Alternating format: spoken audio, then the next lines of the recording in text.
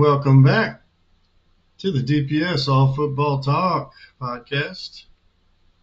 2024 football season wrap up. I am Dan DeSetto, your host. We've been away for a while, but we came back. We decided to come back, and we are going to prepare for the 2025 season with some off-season sims and things like that. Not sure if we'll do any podcasts until we start making our plays in 2025. But thank you for joining us. We started up a new YouTube page, which basically has no subscribers at all. It's called the DPS All Football Talk. So no longer am I going to use Dan DeSetto, my personal YouTube page. I'm going to keep my music stuff over on that page. And the football will be here on the DPS All Football Talk YouTube page. This is where my podcast will reside for 2025. This is the 2024 wrap-up issue podcast. And just a couple things. Should be a short one. Just a couple things that we wanted to discuss regarding how the season wrapped up. We just finished Philadelphia Eagles winning the Super Bowl last week. Dominant performance there. I think you guys all know the story of what happened there. The defensive line for Philadelphia was the big story. And in college football, Ohio State Buckeyes took home the national championship. And how strange that one worked out with basically Ryan Day being, the target of lots of ire from his fans after losing inexplicably to Michigan 13-10 in an ugly game where they barely scratched out a first down. And then all of a sudden, for the playoffs, took off and could not be stopped. There was basically nobody that was going to touch them in the playoffs. And they, Texas put up a good fight. Notre Dame put up a decent fight for a while, but it was curtains for everybody against Ohio State. So congrats to them. What I'm showing you right here, these are all the numbers for certain key categories of predictability, and you see what the thing I had circled. I actually posted this several weeks prior to the playoffs coming out. It was right after the championship games were played. These were the numbers, and I circled Ohio State and said these are the ones that Ohio State Buckeyes are the ones that Rodney predicts will win the college football national championship. At that time, there were plus 400 odds to win.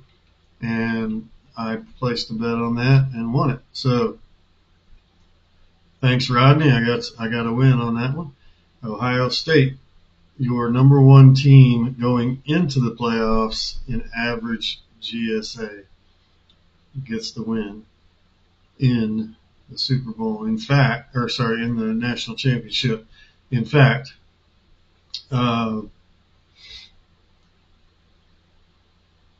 in college football, in the playoffs, we had 11 games in the brand new playoff. The GSA was 11-0 at predicting who was going to win that game. If you basically match up all these teams by their GSA, their average GSA, the way they were matched up in the playoffs, you will see that the team with the better average GSA won the game 11 times, lost the game 0 times. So it won't hold up that way every year, but this year it was 11-0. So in the NFL, it doesn't quite work that way. The GSA, not quite as predictable in pro football as it is in college football. But as you can see here, everywhere that you see red, that is a team that was going to set a new low if they had been the national champions. So, for example, if Oregon had gone on to win the national championship, they would have set a new low in average GSA, or a new high. I guess you'd call it a new high, not a new low, but the highest average GSA of any team that ever won the national title would have been Oregon at number 5. And their defense, which was 23rd in the country going into the playoffs, would have been the worst defense of any national champion since I've been keeping stats.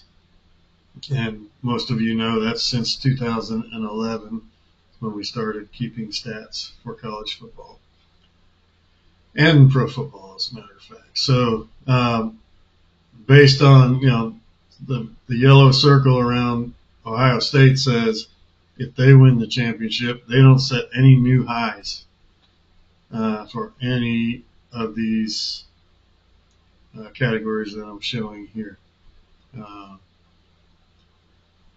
And so pretty chalky for the college football playoff, our first one. We had a lot of complaining going on Twitter or X, whatever, about the college football playoff. There was a few people that were happy, like me, mostly happy just to have those games being played at home, in the home environment. Games weren't as close as people wanted. They complained about it, talked about how teams didn't deserve. We got too many teams, blah, blah, blah, blah, blah, right? To me, one of the key factors for me in the DPS was designed as a 12-team playoff back in 2008. That's what the DPS is, DeSetto playoff system back in 2008, was a 12-team playoff. The reason we want 12 and not 16 is because if we're going to continue to play championship games, conference championship games, there has to be a benefit to winning a conference championship game. Number one, having to play a 13th game, and winning that 13th game, you need a week off, right? So people freaked out, panicked. Boise State, Arizona State don't belong, blah, blah, blah, blah. Listen, folks, those teams played 13 games and won their 13th game. And the other teams that sat at home, they don't deserve a bye into the next round. So it worked exactly the way it should. You may complain about, my only real complaint about the way they did it is the fact that they didn't put home teams in the second round as well.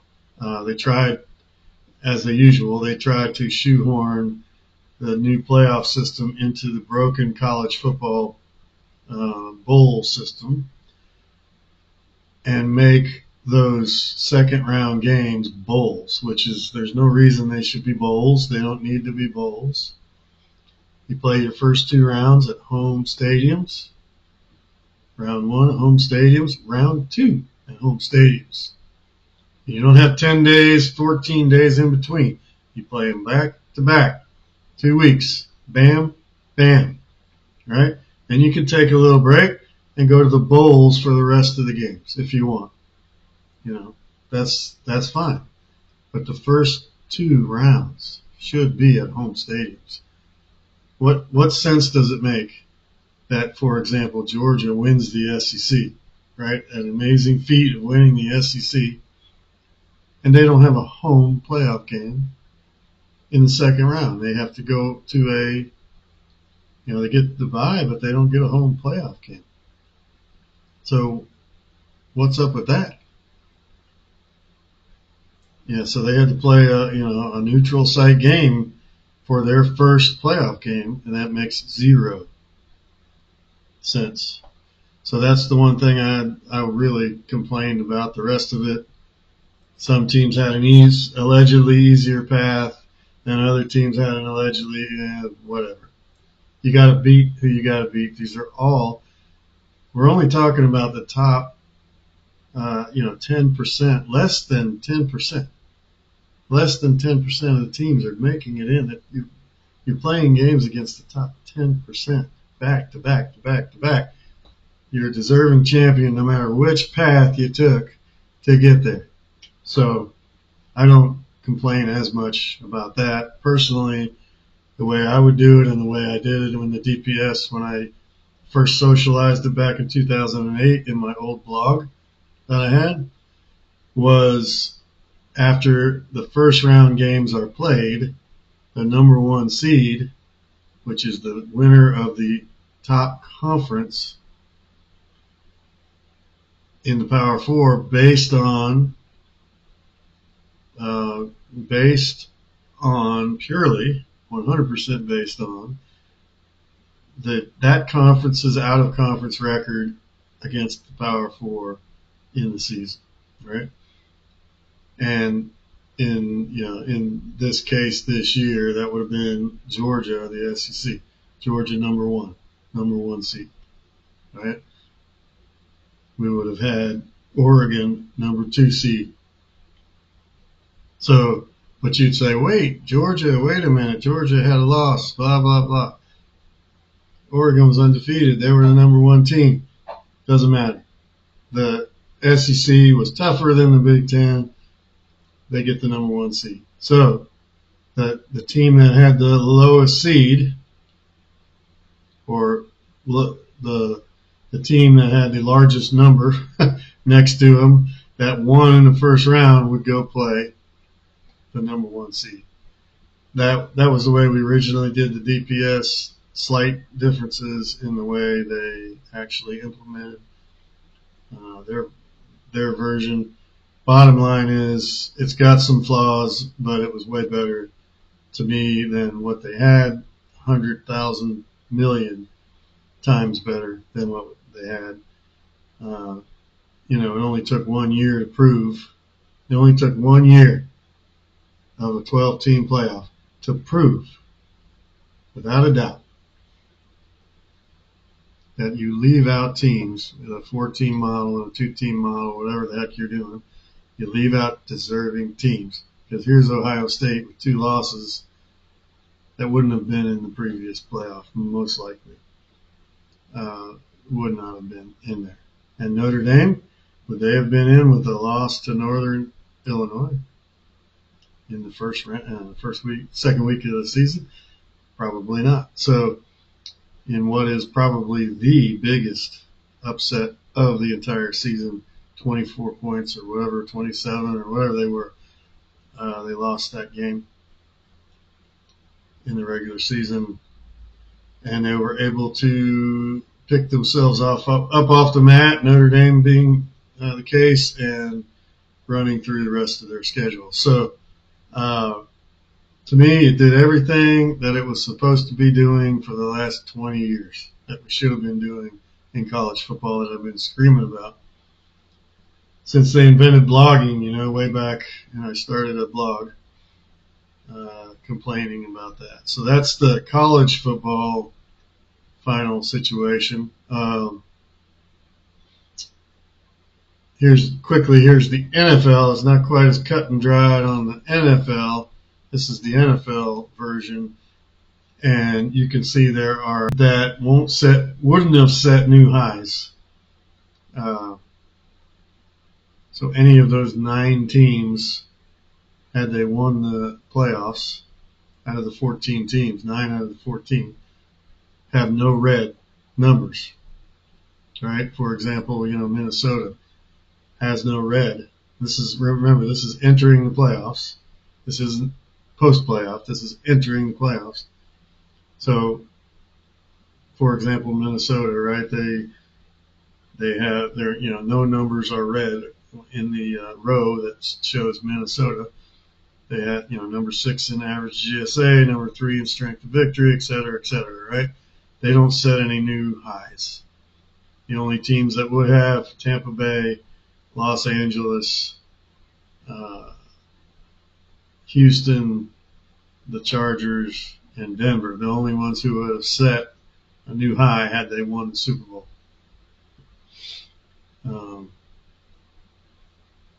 Yeah. So, for example, the Chargers had the worst strength of victory of any team that, had they won the Super Bowl, they would have had the worst strength of victory in the regular season. Worst one ever it was 10th, and that was the 2020 Buccaneers entering the postseason.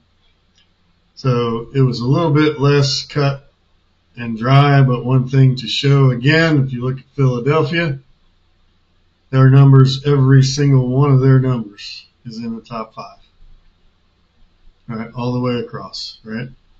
So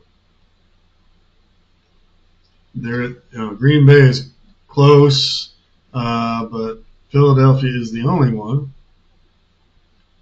with top 5 numbers all the way across, right? Number 1 in average GSA, number 1. This is regular season.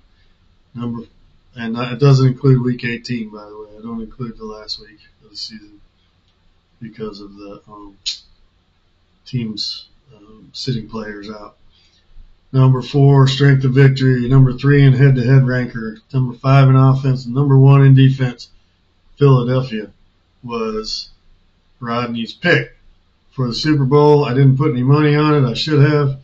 Philadelphia wins the Super Bowl. Sometimes it's in the numbers. Some years it doesn't work out that way, but this year it did in both college and pro. So now I want to flop back to college football and talk about one quick thing before we call it for the day, and that is conference strength. So there was a lot of talk this year about the SEC on Twitter. The SEC fans were sort of, having an existential crisis at the end of the year. At the end of the year, coaches and fans, with all the hypothetical, we would have this team would have beaten all these teams in the playoffs. This team would have done that. They would have done that. They would have, should have, could have. And the Big Ten was over there boasting about how great they were, and et cetera, et cetera. So I wanted to show what the numbers showed with regard to that. And here's what I have. So if you look at this graphic here, what I'm showing, the median GSA, which is a power ranking. Again, our GSA metric is a grade. It's a grading based purely on box score stats. It's adjusted efficiency, basically, is what it is. And the top 4 teams in the SEC, still the strongest of any conference, right? Barely over the Big Ten. So the top 4 teams, so at the very, very top of the SEC, they're still slightly better than the very, very top of the Big Ten, right? In terms of the top 4. But as you look, if you go to the top 6, the Big Ten is stronger at the top. And this is median GSA. So it's a power ranking, basically. So what that says, medians, right? The 6 best teams in the Big Ten, for example, 3 of them have a GSA that's above 8. That's better than 8. And 3 of them are below 8. And the SEC, that number is 9. So, so one thing you also notice, the Big 12 has kind of the weakest middle, right? The 6, 8, and 10, weakest of all the conferences. But overall, the Big 12 is even better than the Big 10 overall, right? The median power ranking for all of the Big 12 teams is lower than the median power ranking for all of the Big 10 teams. So from a top to bottom standpoint, they don't have the horses at the top or the middle that the Big 10 does. But at the bottom section of their conference, they're better. So basically, there were no miserably bad teams in the Big 12. A lot of average teams in the Big 12. ACC was even a little better than them in the middle sections of the ACC, but overall, the ACC was the worst conference in terms of overall depth. And you can see, we're talking about the demise of the SEC, a little bit exaggerated. SEC wins after you jump past the top 6. So a lot of the podcasters out there talk a lot about how the SEC didn't quite have the top end power that they had before. They still had good top end power, but sort of middle top power was not as great as it has been. But in terms of top to bottom power, SEC is still way better than their second closest competitor, which is the Big Ten. And the Big Ten is only, from a top to bottom standpoint, a little bit better than, say, the ACC, and not as good as the Big 12. That's an interesting. Those are interesting numbers that we show here. So these arguments, you can have your conference arguments at the end of the year. That is basically what I wanted to show for today. I wanted to get this new YouTube page kicked off with some content so that there's something out there on that YouTube page so we can start next year and get our podcasts loaded up on there. Give us a subscribe. We don't have any subscribers yet, so somebody give us a subscribe. And thank you very much, and we will talk to you sometime in the off season. This is Dan DeSetto for the DPS All Football Talk.